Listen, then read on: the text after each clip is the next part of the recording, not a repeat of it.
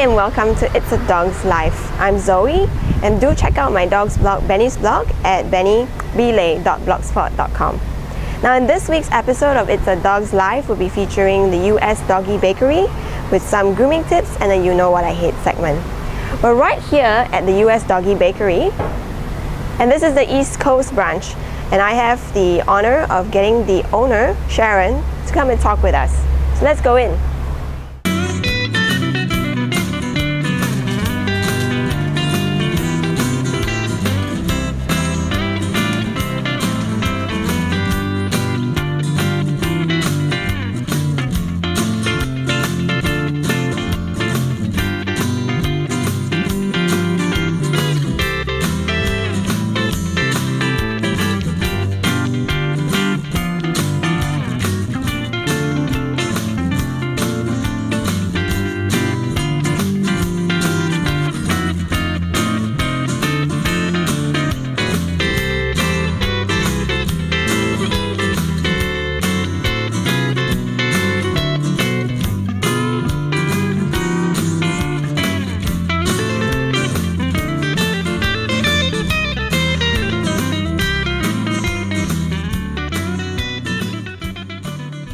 We're here in the birthday celebration room in the US Doggy Bakery, and I here have Sharon, and she owns and she started this business. So Sharon, why did you even start the US Doggy Bakery in the first place? Actually, it was actually because of my first dog, Brandy. She was kind of an anorexic dog, and she just refused to eat anything and everything. Okay. So that went on for many weeks, and I realized that she could really persevere through many different, after changing many different brands of commercial foods and things like that, she just still refused to eat. So finally the vet said, well, you have to think of something or she just will die. Okay. So I decided to try human food, but of course with the vet's advice as to what to avoid and what definitely not to put in, things like that. So I came up with certain small little things for her, and I found out that she really loved it, but the problem was that she just refuses to eat the same thing twice over, especially if it's within a short period of time. So hence, I just started creating lots of different stuff for her. It started from that. Okay, so it's mainly biscuits and meats and pies, even meals. Okay. Awesome. Okay, so we have a selection of items here. Yeah. I guess it's a good spread as well. Can you tell us what it is? Okay, we've got like 5 or 6 different types of cookies here. These are all from our premium range. We've actually added extra supplements into the flour to actually enhance the nutritional value, so that dogs that actually take it after a long period of time, they actually enjoy more benefits, not just by eating and enjoying it, right, but they have better skin, better fur, like multivites. That's right. Kind of thing. Okay. We've got a slice of yummy fresh cream cake here. Yes, yummy. And we have meatloaf. And I think this is one of Benny's favorites, actually. Yep, definitely. He loves the meatloaf. Hey, Ben, here he goes. So just one last question before we let this guy throw himself onto the table. I know that you have a range of tingkat meals as well. That's right.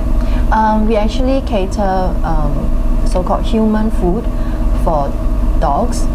When we say human food, we're talking about human grade food, not as in human food what we eat ourselves. So all these meals have been actually specially proportioned, and the recipes have all been approved by our nutritionists and vets as well. And well, we have quite a few regular customers who actually go on our program. So instead of taking commercial food, they actually take these tingkat meals. Okay. Some of them actually do it half-half, which to get the best of both worlds actually. I think the tingkat meal is probably a good thing for someone who wants to make your own dog food at home, but you don't have the time. You can always That's right. That's just get a tingkat meal. That kind of person. Okay, excellent. So, are you ready, Ben? Okay, shall we start with the meatloaf, Benny? You want to start with the meatloaf? Rearrange this.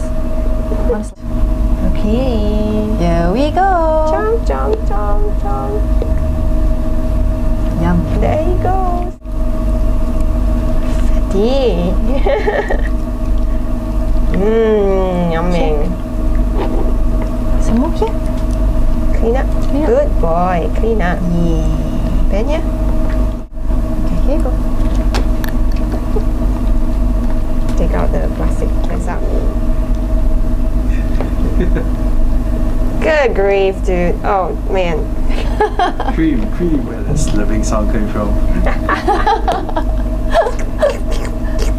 Oh. Oh!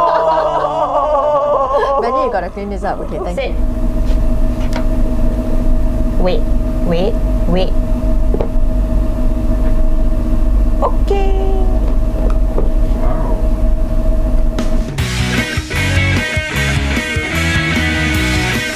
You know what I hate? I hate people who dump their pets. It doesn't matter whether you've treated your pet well in its life or not. If you decide to dump it in the end, that's wrong. It's just like getting rid of your friends or your family or even your own children. Now, I've heard stories from my own clients and they have actually found these dogs on the roadside and have actually adopted them into their family. And I've heard stories about dogs being tied to a lamppost at the roadside, dogs just being left in cages at the roadside, and so on and so forth. This is a very cruel way of letting go of your pet. Now, if you really need to let go of your pet, please approach animal welfare organizations that can help you, or at least take the opportunity to try and put it up for adoption. Okay? Approach your family and friends to see how it can go. And if you're really not going to accept it, then you can approach ASD, the Action for Singapore Dogs, or you can approach the SPCA, or there's a whole bunch of places that are going to help you. So please do not dump your pet at the roadside if you really need to let it go.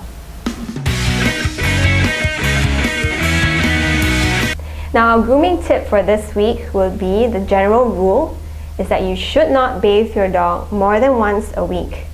This is because the dog's coat has natural oils that it needs, and if you bathe it for more than once a week with shampoos that are harsh, you can actually remove the oils and give them dandruff. A good way to check for your dog's healthy coat is to part the hair and feel it at the base. If it feels a little bit dry, you're probably overdoing it. And if there's small speckles of skin, like dandruff, then you're definitely overdoing it. So that's our grooming tip for this week.